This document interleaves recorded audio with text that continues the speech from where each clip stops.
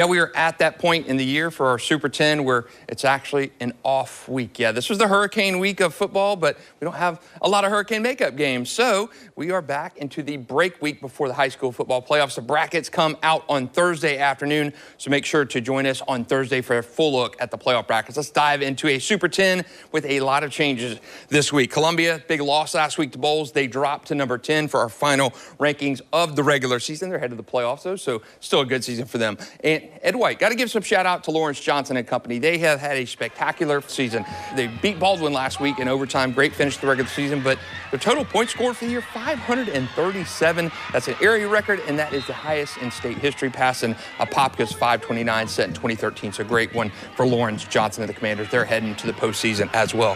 8-7, Oakleaf from Ponte Vedra. Oakleaf had no problems with Tokoi Creek. Those guys are both heading to the postseason as well. Let's head on up into our top 5 here. Bradford was one of the teams that were off in week 11. They had already wrapped up a district championship, so a nice off week for Jamie Rogers and the Tornadoes as they await their playoff seeding. I think they're going to probably be a number 1 seed in the postseason. Nice, good way to wrap up a 8-win season last week. Beat Beachside pretty handily, 47-17. Not a district champ, but they're still heading to the playoffs. Have a pretty high seed in what is shaping up to be a blockbuster Region 1-6A.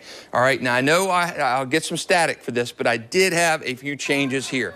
Remember, Mandarin beat St. Augustine last week. Well, St. Augustine dropped, pushed Bowles down. So I know last week when I was on the Varsity 4 football show on Friday night, I said it's tough to move Mandarin up and Bowles down, but yeah, I think Bowles is going to play for a state championship. So I'll say that and get that out of the way. Just how things shook out this week. I think Bowles has a claim for certainly one of the area's best teams, but I did drop them down this week, 1 spot, just through no fault of their own. They're 9-1. Only loss was to number 3, St. Augustine, so that's why I still have St. Augustine in front of Bowles right here. Still not a lot of cause for concern. Bowles is still going to have a great playoff run. I think state championship game bound. St. Augustine lost last week to Mandarin to drop out of that number 2 spot.